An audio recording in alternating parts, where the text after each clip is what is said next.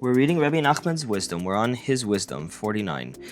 The Talmud states, if Chanina, Mishael, and Azariah would have been tortured, they would have bowed to the idol. The Rebbe spoke about this and said that the Talmud does not mean that they would have certainly given in. People have been beaten and tortured in every possible way without abandoning Hashem. Many tales are told about the martyrs in recent times who underwent untold agony to sanctify Hashem's name. Happy are they. 50. The Rebbe often spoke to us about physicians in medicine, denouncing them in the strongest terms. He advised us to avoid them if we had any pity on our own lives and the lives of our families. Even in the case of serious illness, we should cast our burden upon Hashem and rely on Him alone. We should not place our lives in the hands of even the most outstanding of physicians, for they are closer to death than to life. Gemara Shabbat 29b. The precise remedy depends on each individual's nature as well as to the exact time, season, and other variables. Doctors themselves admit that even the greatest physicians cannot at all take these factors into account without error.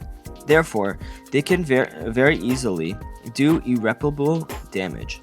That is true even in the greatest physicians. The charlatans in our vicinity do not know their right from their left and are literally murderers, killing people with their own hands.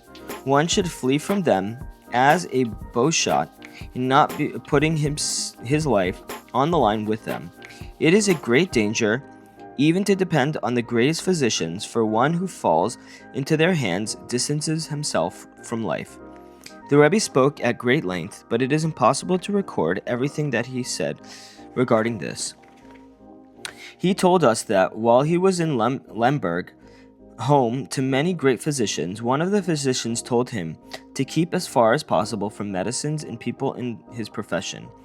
This physician said that research into medicine had shown that it is impossible to fully understand the complexity of the human body and its cures. There are also many disputes in the medical field. In Lemberg, there were two groups disputing the treatment of serious disease. One group recommended a bland diet, saying that anything spicy was highly dangerous. The other group had the exact opposite opinion. It said that only spicy foods should be eaten because sweet and bland foods were detrimental. Each group cited cases claiming the other's treatment was a death sentence.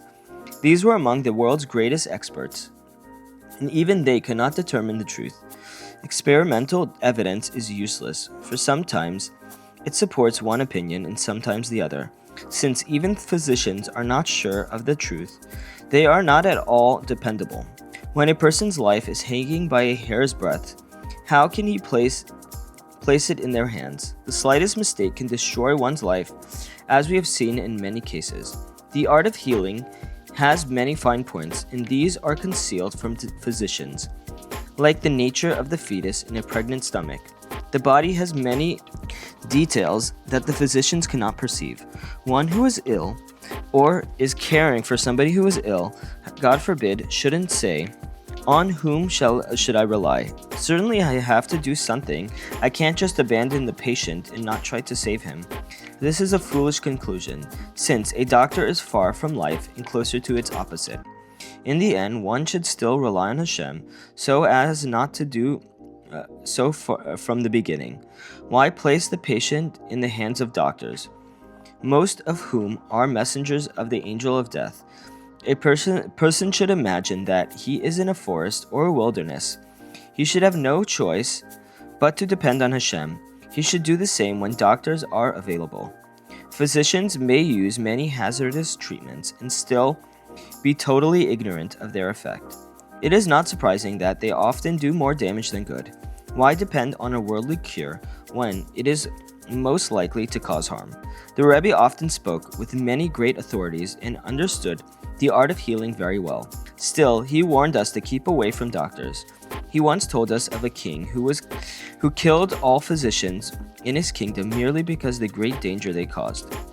The Rebbe once said in a jest that the angel of death oversees the entire world and therefore cannot do all the killing himself because he needs help. He appoints agents in each locality. These agents are physicians. Doctors are agents of death and do little more. Fortunate is the man who depends on Hashem alone. Some of what the Rebbe said is alluded to in his published work, but beyond this, the Rebbe often told us to avoid doctors. He said that no matter what happens, we should lift our eyes to heaven and depend on Hashem alone. The Rebbe himself traveled to Lemberg and accepted medical treatment, but this involved deep mysteries. It was not for the remedies that he made this trip, but for the mystical reasons known only to him. His intentions were as hidden and mysterious as they were on his journey to Kamenets, Novorich, and Sherograd. All the Rebbe's travels involved awesome mysteries hidden from all human eyes. Upon returning from one journey, he told a wondrous story that is included in the Supuri Maisiot. He said that it explains the reason why for his trip, but the meaning of the story itself is very cryptic. Who can fathom the depth of his tales or unravel the mysteries of his travels?